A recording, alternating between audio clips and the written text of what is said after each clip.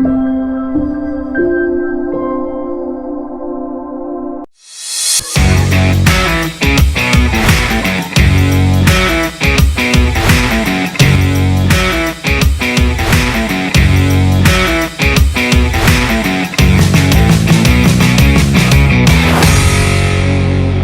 all, hope you're doing well. Welcome to the 11th episode of PhD PDF Scholarship Podcast. Today we have Dr. Anu Dalal, who is a postdoctoral scientist at National Institute of Health, Maryland, USA, sharing her expertise on what to know before starting a postdoc position in the US. Now, let's get to know more about Dr. Anu. Okay, so thank you for inviting. And so I'm Anu Dalal. I'm from state of Haryana, brought up in Delhi. I did my bachelor's from Hansraj College, Delhi University in chemistry honors.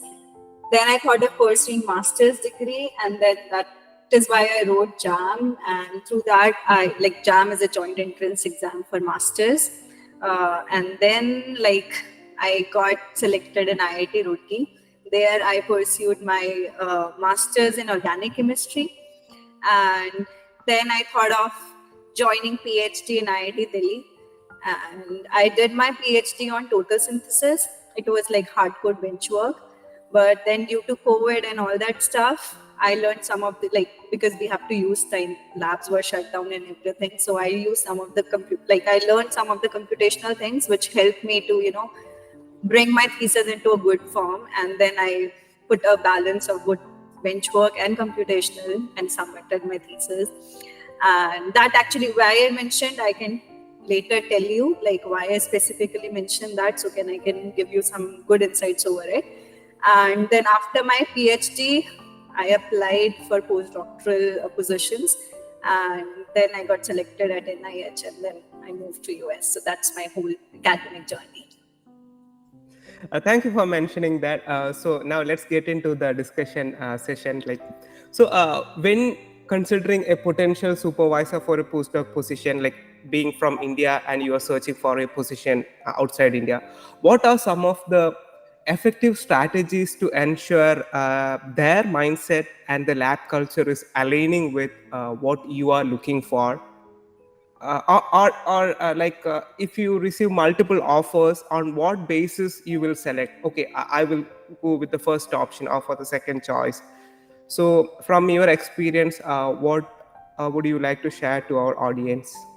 Yeah, so before answering these questions, I can answer some of more important questions which I feel. First of all, one should be very clear why he wants to do PhD, postdoc after PhD. Is it really required? This is the biggest question I ask my juniors to actually think over it, because it's not a rat race that, since you have done your PhD, you have to do postdoc. Believe me, if you really wanted to go into this R&D, whether it is industry, whether it is academia or something else, then you need a postdoctoral experience, right? If you want, there are ample, I'm emphasizing more and more into it. After PhD also, there are a lot of career options, be it a science communicator, medical writer, science policy roles and everything. So you have to really decide which is your comfort area, because it should not be rat race. Everybody is doing postdoc, he or she should join postdoctoral position, right? So first try to think over it and be very clear whether you want to do it or not, okay? And whether you, for lifelong, you really need an R&D position, hardcore bench work, basic sciences work. So think over it. I usually suggest people to think over it once. Suppose you have make up your mind that, okay, this is the work I really wanted to do rest of my life. Then you need to think whether you want to make a career in industry or in academia. Believe me, there is people don't think over these relevant questions. Why I am saying this? See, postdoc, and then also if you are fetching a postdoctoral position, you should be very clear whether you want to land a postdoctoral position in industry, because there are some industries which offer postdoctoral positions, or you want to have that postdoctoral position in some academic institutes or say government institute like NIH. So you should have the broader understanding of it rather being in a rat race. So I really emphasize on it. Okay, when you and what are the criteria of selecting this? Say if you want to make a career in industry, I'll suggest it they are very competitive. I'll say industry postdoctoral are really competitive. All over the postdoctoral positions are competitive, but industry postdoctoral, there is Bayer Foundation. A lot of different foundations are there based in Germany, or so I can share a lot of details over it. I don't remember right now, but there are a lot of things which you can see. So these industry, just one I remember is IGST, which is, in Indo and German based industrial fellowship. It's not the academic one. So you have to really dig hard over it. Google, do surfing in your free time. It's really important. I keep on emphasizing folks that you should keep on surfing. A lot of informations are there, but since you don't know it, you don't know how to use it. Nobody will provide you a lot of information on your plate. It's just that you really have to, develop a habit of searching opportunities lying over there. After that, I'll say, once you are very clear that whether you want to make a career in industry or in, say, academia, so go for that particular position, okay? And government, I'll say it's a good platform. Say if you want to, say, so for example, I'll take a US example. So if you want to have that government positions, it's, like a big institute like NIH will be an advantage. Like you can do the postdoctoral, then you can apply for, say, different scientist roles over there, senior scientist, and probably one day you will become a team lead. It depends. Like I won't say this hierarchy will work, but since you will be having a lot of networking and all that, and then you yourself will be in the organization, so you will be knowing that these particular positions are there. And in NIH there is a lot of support system in terms of like there is one OITE. So it's like for the fellows or trainees. So they keep on updating what other positions are there. So it's like once you have entered into it, there is a lot of things. The information is on your table, where to apply, how to apply, and then sometimes they assist you. There are a lot of counselors, and so think over it, like what sort of environment you really need. And of course, if you want to make a strong career in academia, I'll say try to go under a big bosses, so called, in your field.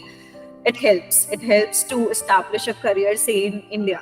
You want to enter into academia in India, so there they value that only, like under which whom you have worked, a lot of papers, high impacting papers. And so like what I'm trying to say is the domains are very, very different. So you should have that broader thing, because if you're doing, people do like that they'll do the postdoc in academia and then they move to industry. What I'm trying to make a point here is, if you have that broader idea before it, you can make a better career out of it, because industry people will seek industry experience. Even after you'll join industry, say after 4 years, 5 years of postdoctoral position, they'll pay you the same hike if somebody is joining, say, after 1 year of. So because they just need a guy who have really worked in industry in that ambient, because there the work culture is totally different. So this is the one point I really wanted to bring on the table. So please be very clear and think about it once, and then you can take suggestions from your, say, seniors in industry, or like you need to approach people, talk to them, schedule an informational interview. Like you can mail somebody and then you say, can I have some of your time to discuss or something like that, and those people who are ready to help you will give you the time. And believe me, and then if somebody is denying that, it's okay. There are 1,000 other people lying there who are ready to help you. Like you are there, you are conducting this session. I was doing some similar work. There can be many people out there who really wanted to assist folks. So if somebody is denying you, you should not stop yourself that, oh, nobody is helping you, and don't be hesitant. You can, shift to other person. So this is the one thing I want to mention. And coming to your question, like what we should consider before applying to specifically in US. First of all, after deciding where you want to go, so I'll come one by one. So say you want to apply in some positions like NIH, okay, like which is a government agency, federal agency. So what you have to do is, here there is like it's not only your guide who will be deciding. Of course he's deciding, he has a discretion and everything, but you will be having what we call, I forgot the term, so the postdoctoral candidate seminar sort of thing is there, and it's like whole of the institute can join it. Okay, so your PI will select you, okay, on based on like whether he like your CV. And in my videos also I've mentioned that the make and the break situations are your documents. Nobody knows you, first of all. So you have to show yourself, you have to portray yourself, and the only mode of doing it is your documents. Prepare a good CV, prepare a good motivation letter, research statement, okay, cover letter. They should be error free, okay, proper formatted, and you should know that whatever you are portraying over there, you can actually defend it. Don't it should not be very stark difference that you are putting a lot of skills which you really don't know. So be honest with it. Of course, some of the here and there we all do, but it's like this much is like whatever you can afford, please do that much only. It should not be it should not have very stark difference. And your documents will help you to get an interview call, first of all. So focus. Maybe you are very good in your particular field, but guys, if you are not providing good documents, you won't get a chance to showcase your skills. The first step, the icebreaker, will be your documents, right? After that, since you have got the interview call, what you can do is you need to prepare your presentations very seriously, and whatever you are putting onto your presentation, I always say, like, slide by slide, you yourself be the reviewer, or say the audience, and see on yours from that slide what potential questions you can put for yourself. And probably for every slide we usually have 2 to 3 questions for we can easily make it. And interview, I always say, it's almost 70-80% driven by you. Whatever you have, nobody knows your field, first of all. Like, because we keep on narrowing it down. So it's like you are the master of whatever work you have done. It's just that there is a general audience, general scientific audience, who has the basic understanding of your, like, can have the basic understanding of your work, and they'll put a good amount of questions over it. So the thing is, you should be very clear whatever you're putting, and then keep on what I'm trying to say is, be the audience, and slide by slide you put 2-3 questions each. 80% of the interview is done. Seriously, believe me, it's done. And then whatever 20%, it's like whatever you utter in the interview, the next question will be followed by this. So be very sure with your words, everything. Like, if you don't know any technique and you are just randomly saying, oh, you can characterize this molecule by this specific technique, and you don't know about it, so you are creating problem for yourself. And if you even know, then you should know how this particular technique can identify this molecule. It should not be very in the air or something like that. So you'll get and your presentation skills. I have come across a lot of people who say that their presentation skills are not good, their communication skills are not good, or something like that, because we are Indian. So I always say that, see, I never say people that you should be very fluent. First of all, it's not a native language, so it's okay. First, we have to digest that it's not our native language. We are taking it as a secondary thing. And if somebody is okay in conveying something, they are good to go. I find people delivering basic English, they are really good at science. Nobody need Shakespeare and something like that. We don't really need it. It's just like you are able to convey your things. You should speak small sentences. It's okay to take pauses and everything, and be confident, because I have seen people, because if you are underconfident, you cannot deliver that much. I have seen, and I really quote, like, people from, say, different nationalities, be it Chinese, Korean, they also don't have that fluent English, and it's okay. So we Indians should not label us like, if you don't know English, you cannot stand anywhere. It's a big taboo. Please don't follow this thing. And we emphasize a lot, like, we actually judge people on, like, who can speak a good fluent English, is a knowledgeable person.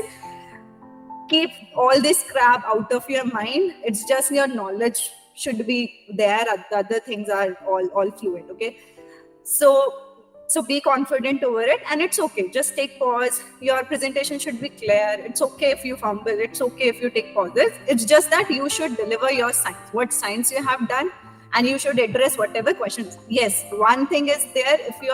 If it is that good that you are not able to understand some of the questions, then you have to really work. Okay, because there will be the accent issues will be there. The American will have different thing, and in this, like in such big institutes, you will have people from all different nationalities. So you have to develop that habit of understanding the different accents, and then of course, answering back in a decent way. And suppose if you are not understanding, you can ask the person to either slow down. It's okay, like nobody is judging you. They are there to help you and stuff like that. So it's okay if you in it, because I have seen people, I've seen my juniors and everything. So they when I asked the reviewer like how was the interview, they said I don't understand the question or something like that. So these are the real problems. So they, in that moment, you should ask the person to repeat it, to slow it down. So it's your presentation, you can do it and nobody will judge you over it. So keep these things in mind. Rather than screwing up whole of your interview, it's better to take pause, ask the person to cooperate, and then answer, because you know your work, right? So you can ace your interview like that. And of course, if you are cooperating with them, they'll cooperate with you. That's what in science, I think you must be agree with this, right? We are here, we always work as a team member. So this is, and then coming to again to your, because it's a very broader question which you put. So since you are done with your presentations and all, now how you are applying, first of all, this is like I strictly jump over to that. Suppose you got it. So suppose if you are seeing, if you want to make a career in academia, okay, so you want to work under some big guys in your field, but sometimes you won't get reply. So what I usually suggest people is, you should make, say these are like top 20-30 people you want to work, like it's your dream sort of things. Then come lower down your aspiration a bit. Some good universities you can target, and you have to actually, for yourself also, you should be like tier 1, tier 2, tier 3, because somewhere or the other you really need a kickstart. Maybe after first postdoctoral, I am not sure, but I'm not able to hear your voice. Yeah, I was mute. Yeah, sorry. So what I'm trying to say is, for yourself also, you should have tier 1, tier 2, tier 3, because somewhere you have to start, and it should not be the excuse, since you are not getting with those big guys, you should not pursue it. Start from wherever you are getting. Maybe after say 2 years, 3 years, you are able to reach the lab which you are dreaming of.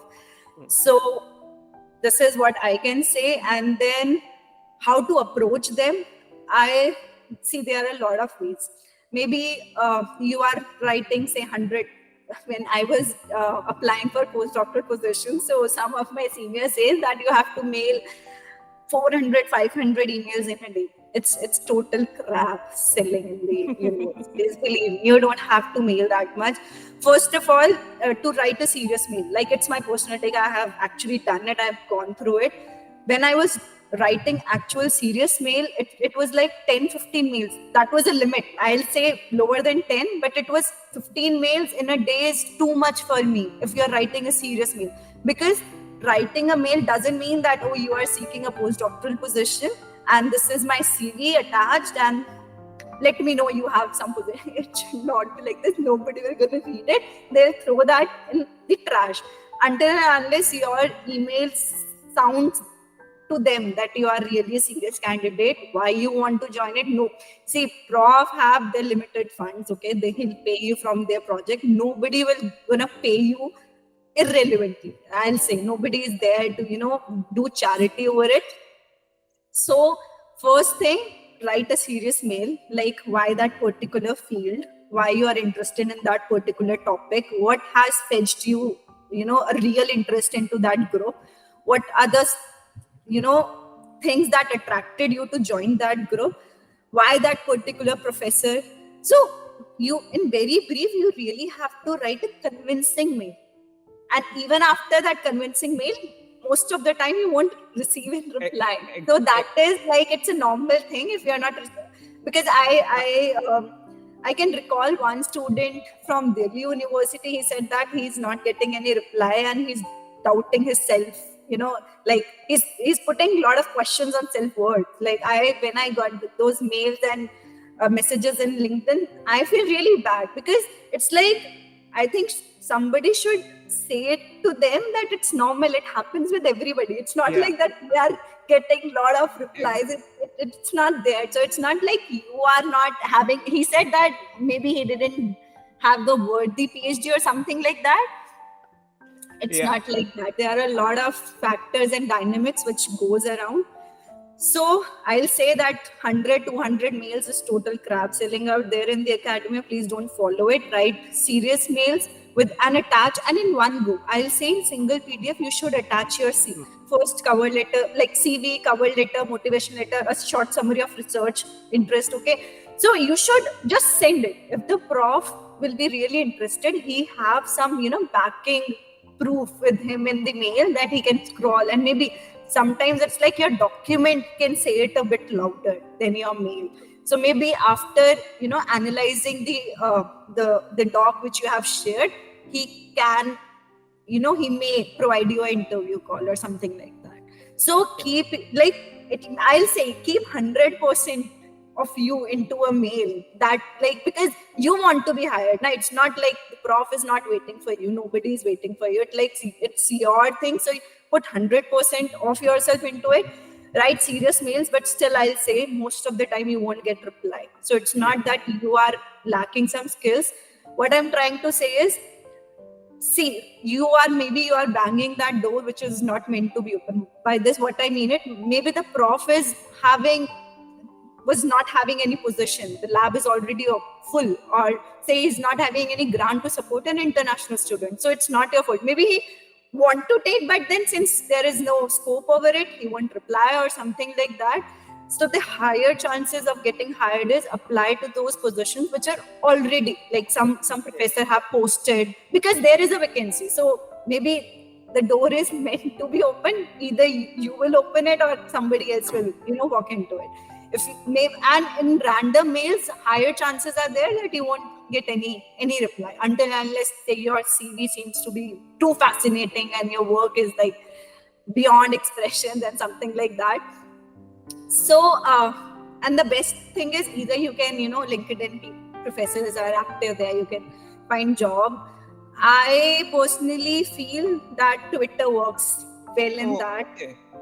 Believe me, like I have tested when I submitted before submitting my thesis, I was into it. I was looking for the positions. I'll come to the timeline. Like most of the people after, thesis submission or say after defense, they start their thing. Like they start writing. It's a bad approach. Why I'm saying that, I'll come to this point. Before that, I'll say, everyone seeking out the position should make a Twitter account, okay, and start following the professors in their field, and the chain will come on, and you can keep on adding professors, following, and something like that. I have personally seen that the posting the jobs are higher on Twitter, not on LinkedIn. This is my personal thing. It may align with your thing or may not align. But I have seen that. Like I have done a lot of comparative analysis. I was active both on LinkedIn and Twitter has a lot of job opportunities there. Funding agencies are there and they keep on posting. So because I used to see at least 2, 3, 4, 5 advertisements on Twitter, and the contrary, sometimes in a week I'd say 2 to 3, 4 job openings. So it's like, make a Twitter account. I'll personally suggest, and be active over there and keep on. And sometimes people just ask for your CV because they really wanted people to be hired. That is why they are posting onto it. Keep your documents very ready. It should not be that the position is open and then you are preparing some documents and something like that. The minimum version should be ready with you, but of course you have to twist and tail according to the position. Everybody we have to play with the words and stuff like that. So the final modifications you can do it, but Yeah, the document part before applying, it should be very ready, handy, because if somebody asks for your CV and it's not properly formatted, you will send it in after 2-3 days, the communication is gone. Maybe Yeah. in random chatting, you ask somebody that, some prof, that I want to apply for position. He said, okay, send me your CV.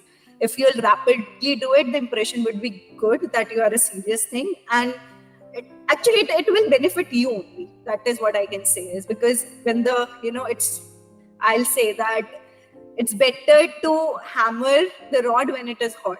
When it's cold, it That's won't. best way of putting it together. Yeah, that was quite insightful. I could also resonate couple of points where you mentioned related to the not responding, because like when I was applying for PhD outside India, like there was a lot of misconception that like you should have a paper, your professor should have some connection already with the international professors, but these were myths, to be honest.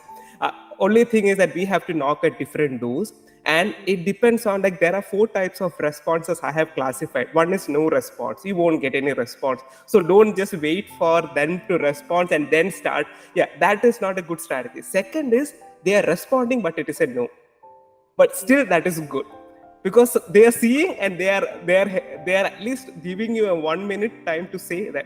Yeah, unfortunately they can't take it. Third one was I got was a conditional scholarship. Was like they put some sort of condition, like normal you need to publish 2 papers which is relevant in this field, so that I can give you an opportunity for a scholarship to come and pursue your PhD over there. And the fourth one is unconditional scholarship. Like it's basically like you can, yeah, with your profile we are completely okay, you can come over there and start doing research. So yeah, I mean, yeah, when you mentioned about that people not getting response, like, yeah, this was something that was coming to my mind. And I Exactly. really appreciate that you brought that point, like, of that it is not a stringent condition that you should have already research publication to get a PhD positions, because I have seen a lot of master student believing this, that you really, ma'am, we really need I don't have research paper, how can I apply? And so thank you, like, after posting that, maybe somebody will get a boost over it, because I keep on saying that you just apply, it's not required. Nobody wants you to have that already publication record and then enter your lab. It's not possible. Even Yeah. after, like, I got a lot of publication in my final year, my 4 or 5 years were total blank. So everybody's PhD journey is so different. You Exactly. cannot judge somebody's publishing, say, and it depends on field also. I have colleagues publishing in every 2, 3, 4 months, and it depends on the kind of lab environment you are also there. Maybe True. the lab is also in that pace that they are getting the publication. I am openly saying it. I didn't have any publication for like one publication, and then there is a gap because I was in total synthesis lab. There are a lot of things I cannot say it, but it's like then after, in my final year, even after putting into thesis, then I got publications. Yeah. Before that, and when I was applying, believe me, I don't have publications to show.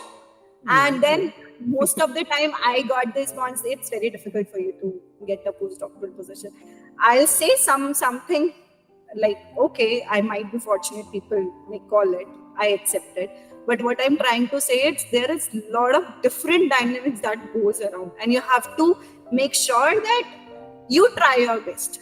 See, we cannot guarantee anything. You are conducting a session, okay? Some of them may benefit, but it's not 100% thing Exactly. that you will get it on your plate if you follow this. Things are very different in this, and it has a lot of different factors. Yeah. So thank you for bringing that point. So publications are not required if you really need a PhD position. I'll post on my YouTube also your Sure. link and everything, so that people can listen it and can contact you actually, because I usually believe in directing the links to the people who are already, like, somebody want to do PhD in US. So I shift because I haven't done it. So I don't have that discretion to talk about it too much because I was not in that shoe. I know superficially because I have friends doing it. But it is always advisable to talk to that person who has already done it. So since you have done PhD abroad, so people should really contact you and get the real fact check whether it is required or not. So I really ask for folks to reach out to the actual people, not to some random things. Yeah. So that is really important. And we have got recently a great example for that, like we have a group of 900 people, and one of the student was from a engineering college in Kerala, but he was a very bright student. So we were emphasizing him to directly pursue PhD, don't go for masters, because he has got, because I was mentoring him, I know him, so he has got a research sort of mindset. So but he was reluctant, we were pushing him, and to be honest, last to last month he got into Princeton. Oh, So he was just like, yeah, you were telling us right from the beginning, but I recollected it towards the end of my all the struggles of obtaining a master's outside, because for masters you need to pay. The yeah. scholarship for masters is very limited, but for PhD you will get a scholarship. So I think, as you mentioned, there are a lot of misconception and myths clouded around the student, even from IITs. They have a lot of misconception that we are ineligible. Yeah, so I think, So regarding that eligibility criteria, I want to ask since you have mentioned one person getting into Bristol. So does he had 4 years of bachelor's? yeah, he was having a bachelor of honors, and what he did was he was working with IIT Bombay as a research assistant for 6 months. But Because he was quite inclined to physics and all. Like, even during his mechanical engineering time, like, he was appearing for physics Olympiad, so he was quite interested in that area. And yeah, there was a big story, like he got into Queensland University, and in the Queensland University they deferred his position because of the visa application. That will be our next question as well. So each country will have their own visa procedures, right? So currently Australia is having a long time of, like, visa process is taking long time, but the university was not able to cope up with that time duration, so they deferred it for 2 times. And then, like, he was not awarded the offered position, and he was in a sort of mindset, and he randomly applied to Princeton. That was the last date for applying for Princeton. He applied it. Very next day itself, the professor contacted. They had a rigorous sort of 5-6 round of interviews, and then he mentioned that, yeah, sir, I got into there, like, yeah. he So was things can come out of nowhere. Yeah, so yeah. So most just students knock the door and exactly. So one thing I want to bring it here, I think since we are from bachelor's, 3-year program, so for okay, yeah, US to enter into this PhD thing, that is why masters is true, required. yeah, So I think that's because yeah, people get confused, because whatever I got, the folks I got to interact with, they are bachelor's, 3-year that's, program. So oh, when I say that here people can directly switch to PhD, it's for 4-year oh, bachelor's program. Yeah. So yeah, that is one thing people should keep in mind, whatever they are having. So I think for some people it's mandatory to do masters, and some from engineering background and or having say 4-year bachelor's program can directly pursue it. So that is yeah. one important thing to keep in mind. So that was quite insightful. So I will move on to the next aspect Yeah. of the research culture, actually. So when you do a research in India, like you do masters, bachelors, and PhD, and then you're moving to a new country. What do you apparently find the difference in the culture, and what do you like about that, and what do you think? Yeah, I should keep this culture within myself. Like, even if I'm moving out of this country, coming back to India, I should inculcate this culture among my students or my peers. So what is your view on those aspects? Okay, so I'll start with saying that see, no place is 100%, correct or something like that. Every place has its positive things or say drawbacks. Okay, so of course we know that most of the time in Indian academia the experiences are not really good, because majority of time there are a lot of things that goes on sometimes. Yeah, there are a lot of things, but what I'm trying to say, it depends on your lab. Sometimes some labs in India are also really good. Like, I won't totally say that Indian academia is too bad, never do PhD there. To be very honest, I have seen very good labs. I have seen very worst labs. So it's like, that is why it's very important to get into the right lab. We'll come to this in the later question. And in US also, of course, when I landed here, the research culture is totally different. Okay, so the biggest difference what I found is people are really cooperative. Okay, the team spirit is quite high here. See, the competition should not be like, sometimes in India the mentality, or what you can call it, sometimes it's too rigid, that people are not ready to have that flexibility in them as a person or with work or something like that. If some senior has said something, in India, it's considered as, oh, this is the final say. No, it's not, right? The junior can be much smarter than you. So in US, it's like, it's a team. There is no hierarchy or something like that. It's like, if somebody is saying something, maybe the junior most suggestion will be taken forward, and the whole team will go like that. So, and they are like, we all are encouraged to talk, we are all encouraged to put the ideas on the table. Sometimes it's not there, and back in India it is there. I'm not saying it's like 100%, it depends on in which way lab you're working. And then yeah, the environment which I am in, they are really supportive, and then they really want us to speak or put ideas forward or something like that. So, and the most important is resources are quite high. So you will have all the facilities, top-notch facilities. There is no, like in NIH, I never found like we have to even bother to buy a chemical, even though its prices are like very high, still we can buy it if it's really needed for you.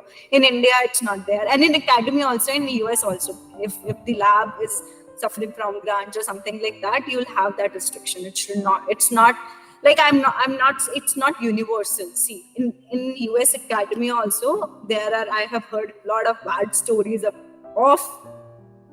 academia in US. So no place is perfect. That is what I'm trying to emphasize. Don't just think that whether you do your PhD in Europe or in US, it's 100% sure shot that you won't face any toxic things. Toxic people are everywhere across the globe, right? So that is why it should not be like you are thinking, oh, it's a fascinating word, but yeah, what I'm trying to emphasize is the chances are low. The chances of, because the environment is quite different. So you landing into a right lab and you being happy there, the chances are high, but it is not 100% foolproof. So don't come with the dream that, oh, it's all sorted. It's never been sorted. Okay. So you have to keep it. And then before, whenever you are about to join, try to talk to the people over there. If some professor is providing you that flexibility, oh, talk to my group people, get more insight over it. It's a good sign that the guide is open. You can talk. If you are getting some like red flags, what I'll say, that the guide is not, facilitating the talk with the team members. So that means there is something fishy. And so you should, consider other options if you have on your plate. Because since you are international students, if you will be if you are in India and you don't like one lab, it believe me, it will be quite easy to switch or to, take withdrawal, because it's your home country. There is no visa issues, there are a lot of things. So people should understand that your struggle can be a bit more, because I know some of the folks which moved out of the home country, pursued in some ex-country, and they had terrible experience. And one of the guy didn't even get their PhD after 7 years. So dude, it should not be there that your life is completely sorted once you are abroad. I'm not discouraging any of the people that don't apply abroad. What I'm trying to be very well informed. You should not be in very false trap. What I'm trying to say is make educated decisions. That is what I always preach, that if you are taking some decision, you should be well informed of it. You should be very aware of it. It should not be some random things. So the most important thing is see what lab you are entering into it, and there can be a lot of things to consider. First, see whether if you are entering into a lab which already have a student. So one thing we usually do, it's a normal practice, what sort of papers they are publishing. Okay, what sort of Are they meeting your expectations, first of all? And I'm still quoting, publishing paper should not be the only sole criteria. Okay, it can be a first criteria. You can just have, okay, the lab is active. Then you can see it should not be that only professor is publishing and no other members. So you should see the professor's corresponding author papers, please. I have seen professors, like on their CV or whatever you call it, when you check it, you are seeing, oh, 7, 8, 9, 10 papers in a year. But sometime it's there is no paper, or there is 1-2 paper as a corresponding author. So it's a you should see the difference. Corresponding author means that it is from their lab itself, maybe some student or something within the group, like team as a whole is publishing. That indicates an active group. If the professor is getting the publication, it's just because every professor have a lot of links and lot of things work. So it's like just giving a small input, or sometimes not giving an input also, somebody can write their names. It's a dark side of academia, believe me. So you should know that. I have seen it. That is why I'm telling you. So it's a dark side. You should be aware of it. You should not be fall into a very bad trap. So see, like, whether it is from his own lab or it is for XYZ stuff. Okay, this can be one way of differentiating how good quality papers or something like that, like on the basis of publication, like how you will decide some lab is active or not. The other thing is, okay, the publication seems okay to you, 4 or 5 papers in a, okay, if it is a challenging field, lesser amount paper will also suffice, but it is from his own lab, own team members.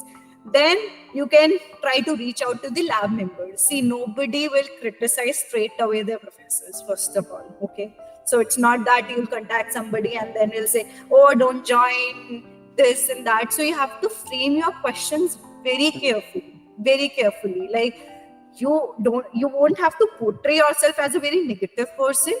And if you really wanted to dig real information, your question should be correct. Nobody will give you free fund of, nobody will say, oh, don't join my lab, or the professor is like that, because the person is working under him. How can you, even though maybe the professor can be very toxic, but nobody will tell you. So put your questions in a way that you will get the real information. You can ask about the projects, what sort of projects, the funding. Is there funding issues in the lab? Then he'll tell you, oh no, it's all sorted. Then you can say how many people are working there. Okay, and then how many PhD, how many postdocs. So you can have you can get the glimpse of diversity in the group, like, oh, this many postdocs, this many PhDs.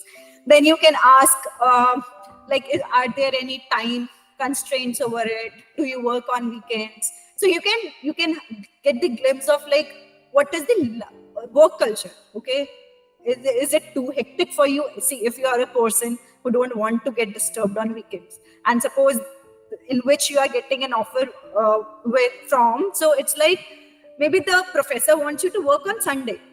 First of all, maybe the professor would be very top notch or something like that, but if you're not happy, you won't give your 100%. Okay, so you really have to consider lot of things. So first of all, you need to be happy, but it doesn't mean that you really want to relax and then you are just considering the parameter of happiness and you are ignoring all the things. It should be a balance of it. So if you think that you can deliver a lot of things in, say, Monday to Saturday or Monday to Friday, then of course there is no need of coming on Sundays, right? But the professor wants you to be there on Sunday itself, then it's a big sign. So you can get a glimpse of, like, how the work. Some people say that, see, the professor wants you to be there at, say, 9, 9:30, 10 to, say, 7, 8, whatever. And most of the time they expect you to just work rather than counting the hours. And it's a good sign. That is what, like, rather than saying that you have to come 8 a.m. and then go till 10 a.m. Usually in IIT, sometimes it happens. So if the professor is flexible, like, okay, he wants just result from you, then you should approach it in a very positive way, that it's your PhD, your postdoc or something like that, and you really have to work. Then what else you can ask? Okay, so you can ask about the kind of projects what you are doing it, and then sometimes you can even with the professor also, will is he flexible if you will put some idea forward, and will you be able to pursue that work? Is he open to that? Or sometimes the professor say no, he wants you to work into that particular zone, okay, but since you are not very much enthusiastic about it, but you are just thinking to take it just because you are getting a job opportunity. So Yeah. just give it a thought that do you really wanted to do that research? Because why I'm trying to say it, suppose your interest is in somewhere else, you started a postdoctoral position in some B topic, okay, but you really wanted to pursue that A topic. So you have gained an experience on B, so it will be very difficult to get back onto that A, which you are really, because see, you have to build your career. So maybe it is advisable to take a pause, wait for the right opportunity, think over it whether, and suppose if it is something different, but you will feel, oh yeah, it is not bad to learn some new skills, some new topic, maybe in future I can use it, and then bring both the fields into one table and can produce something, then it's totally fine. Like I switch a lot from hardcore organics, synthetic chemist, then I learned some computational, and then now I'm into medicinal chemistry thing. So it has helped me to club up everything. I had the expertise of synthesis, I got the expertise of some of the computational, now I can use both in medicinal chemistry. Then it's fine, it's totally fine, one should experiment with that. What I'm trying to say, if it is of very different domain and you're not interested into it, please don't go for it just for the sake of you're getting the offer letter from very high university or from high professor. I think at the end you won't appreciate that much. So think over it. So the topic, funding, the kind of the lab, talk with the professor, how flexible it is, all these should be taken care of. So I have a follow-up question on that. Like, after considering this, or for example, if someone hasn't considered these many accounts, like factors into account, and then reached there and found out that it is not the right lab, he got trapped, something like that. So there are students who may be like in PhD level, like I've seen a lot of students, but I'm not sure about postdoc. So if at all the postdoc lab where we reach is not going in hand with what we are aiming for, what are the options you can suggest? Because like when you're coming there, there will be also some constraint with the visa application, right? Like visa will be also, there is some constraint, like how long you can stay there. So in your experience talking with your peers, what can you share with our audience? Yeah, so I'll talk specifically for the postdoctoral, because PhD, I think you would be the better guy to talk on to it. So suppose you have landed into a lab where you are not liking it.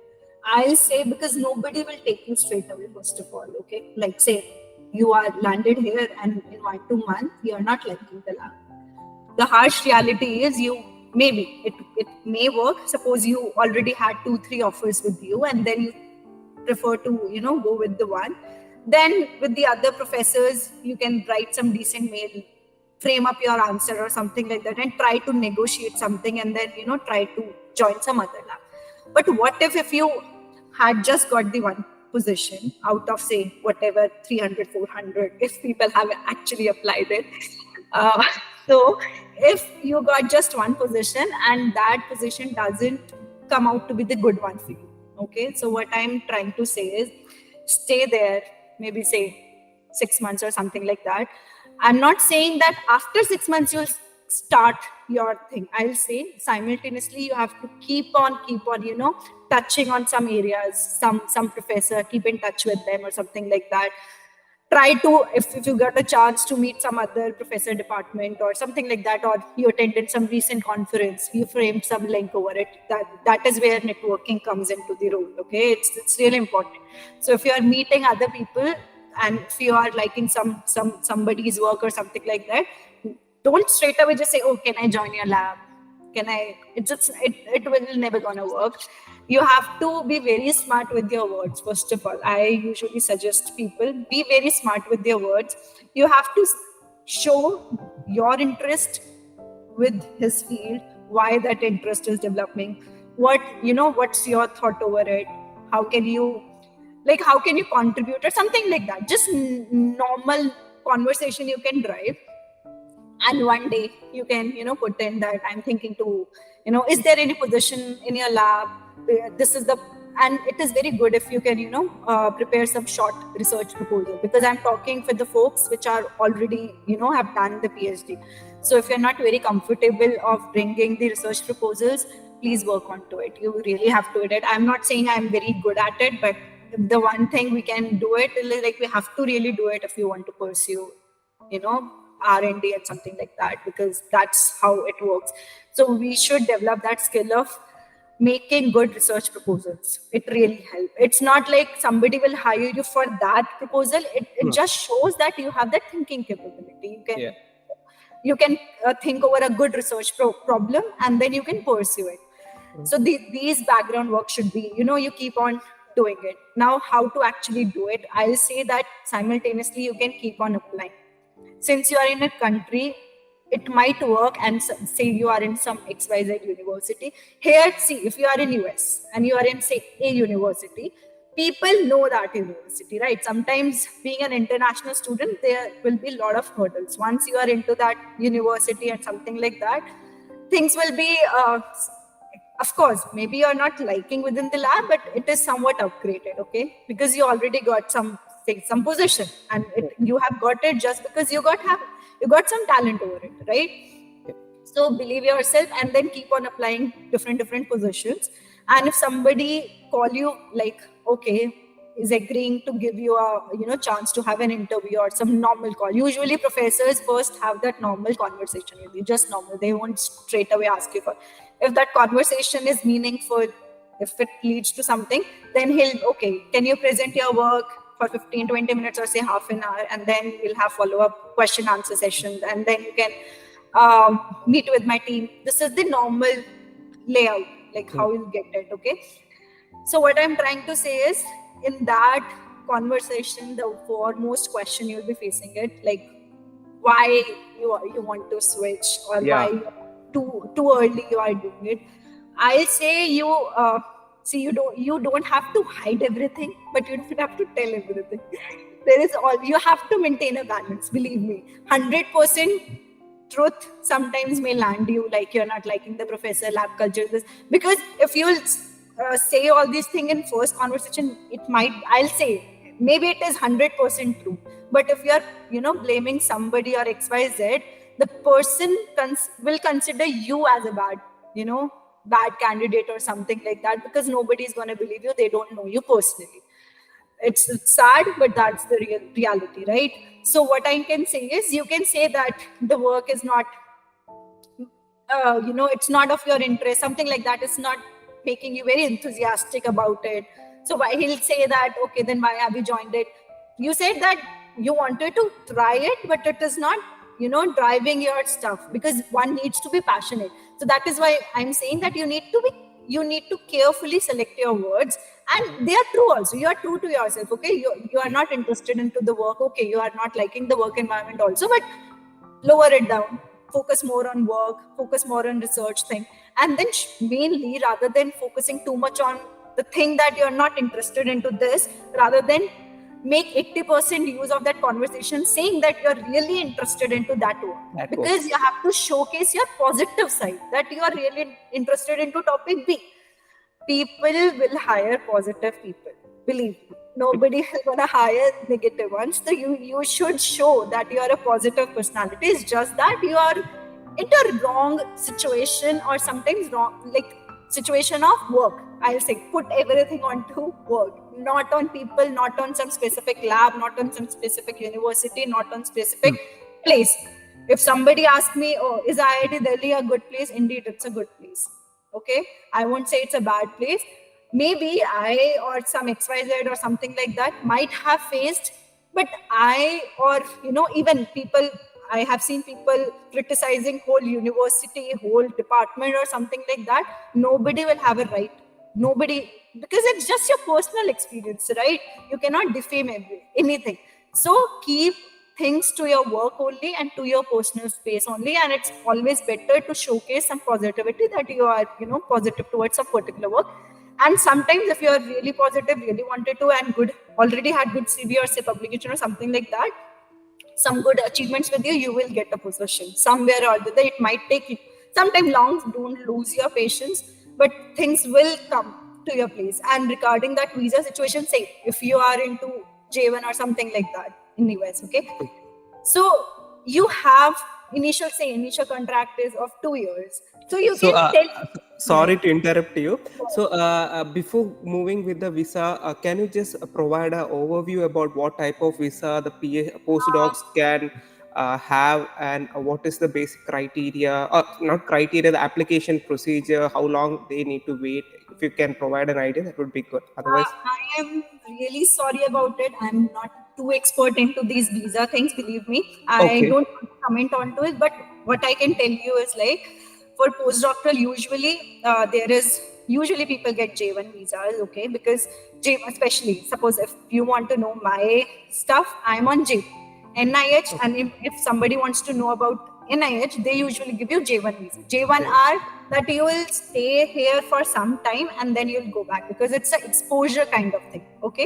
okay, But there are other things also, and it can be extended to say 5 years. Then, if you are in federal agency, they'll assist with your visa thing. If you are a good candidate, lot of support system are already there with you. It's like that, they'll tell you how to get the waivers. Then some G8 category, there are a lot of things. So it's not like it is not a hurdle, and it's not that since you are here with J1 you really have to go back or something like that. There are always way out. So the institute will help you do that, but initially they'll give you that J1, because that government rules are that you are coming here to get more exposure over it. That's the basic vision or something of this federal agency, you can say. But I have seen a lot of Indians also. I have seen a lot of people that they once they enter, they keep on going, and then they are US nationals now.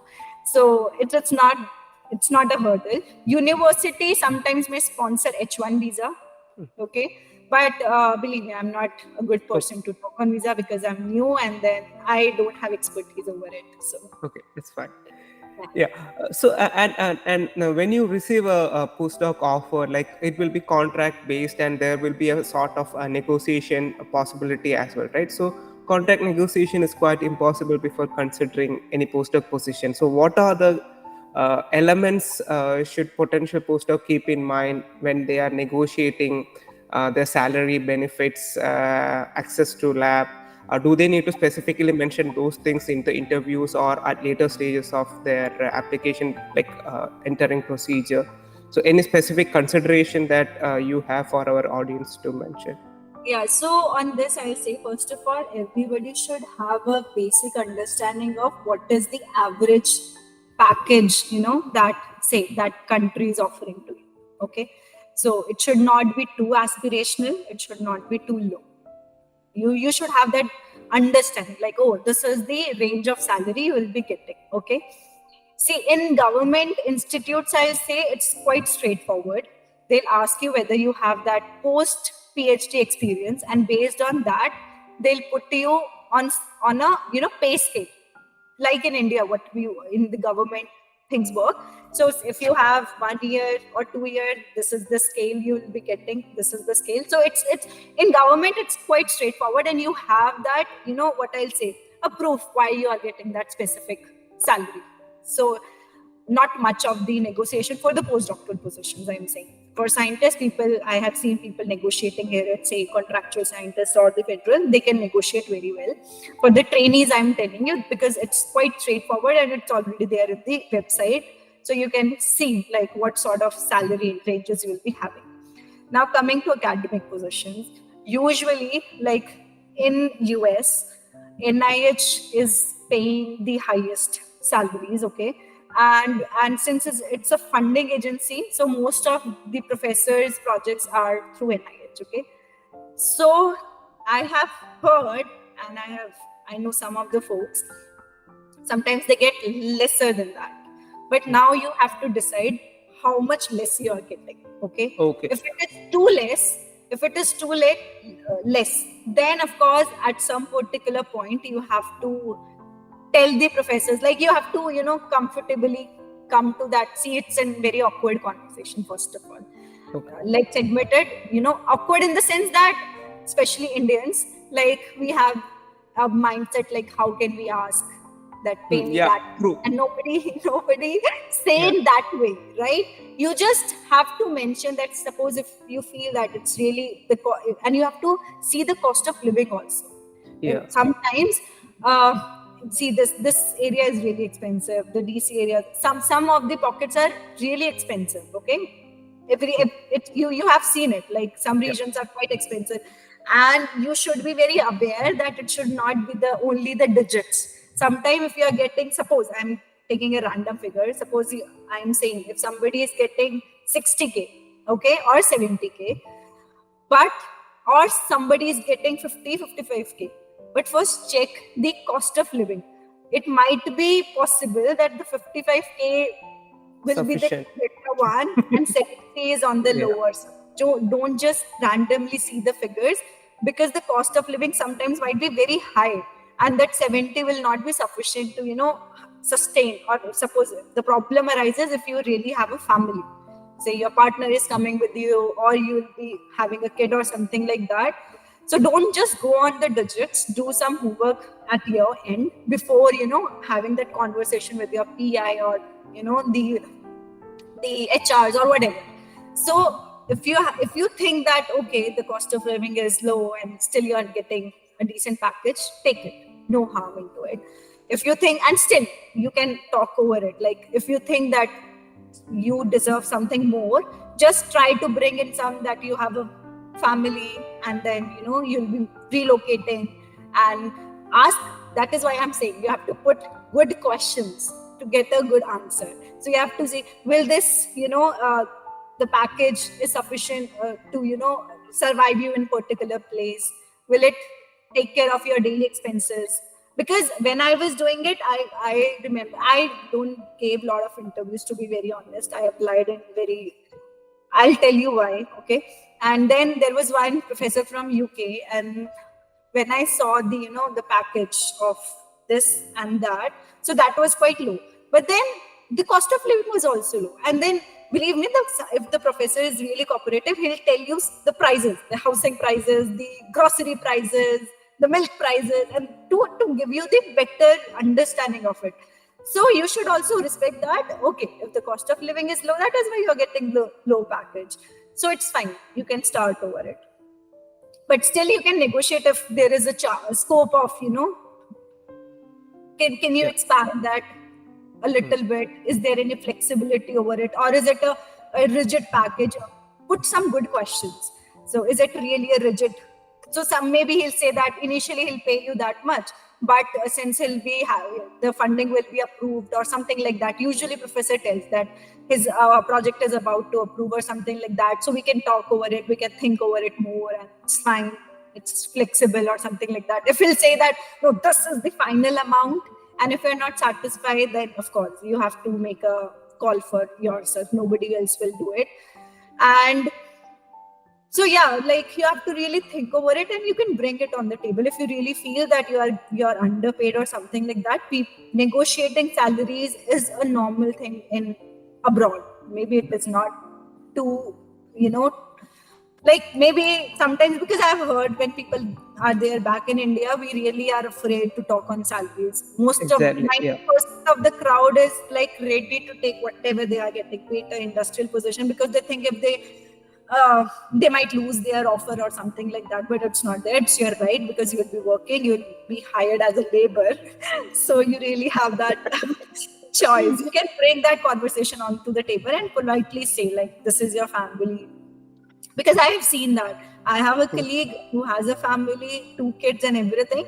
So of course he has a discretion to talk on that front, that will he be able to survive in that country with this 4 members on this postdoctoral salary. It should not be blunder that you have shifted and done everything, and then you are, your bread and milk, you're not able to afford it. So yeah, talk over it, and if you are convinced, then you can definitely go about it. So by that, actually, we have come to the end of this podcast. So today we have discussed a range of topics aligning from potential supervisors to understanding research culture, mental preparation, and navigating challenges, and also contract negotiation. So we extend our sincere thanks to Dr. Anu Dalal for sharing her expertise and enriching our podcast with her valuable insights. So thank you so much, Dr. Anu. Thank you And so much. we would also like to know like what you have as a suggestion for us, accommodating any more aspects or for this podcast or in general that would help the research aspirants or postdoctorates or those who are looking for industrial positions or academia.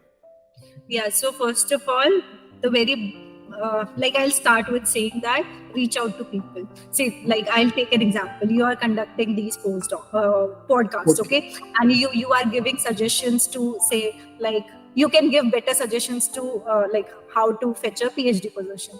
So people should reach out to you. That is what I'm trying to say. If somebody is giving their suggestions, taking time for that, that means he is there to help you out. So try to use it, because some other might charge you for that, and believe me, like I'm really shocked, so I'm really sorry about that, but I have seen somebody, there was like the profile says that assisting you in fetching roles in research or academia abroad, something like that, a fancy name. And then when I clicked onto it, I was shocked that the person was charging 4,000, 5,000 Oh, per conversation. So people do it, maybe it's their way, I'm not criticizing it, but what I'm trying to say is those who are doing it for free, they are taking their time and do like they really wanted to help you, right? So reach out to them and reach to correct people. What I mean by this is like I can give you good insights about fetching a PhD in India, believe me. mm, mm, Like I can tell you like how to differentiate, because I was there. I know the place, I know the rules, so I can talk more onto that. I'm not a good person to talk on PhD abroad, so I got a lot of, I can tell you how to do it. I have good friends or something that I can tell you the the overview or surface knowledge, but I'm not the right person. So I'm quoting these examples to make you aware that contact right person. I can tell you a lot about postdoc, lot. Like okay. there is a fuss about it. I can tell you a lot about postdocs because I have seen so many people. I already traveled that path, so I know a couple of things. Okay. Internships also I can tell you, like okay, these many things internships are there. I have done a lot of different things, okay, be it in Europe or something like that, and how to upgrade your CV, like how to upgrade your CV while you are doing PhD. That is what Okay. I'm trying.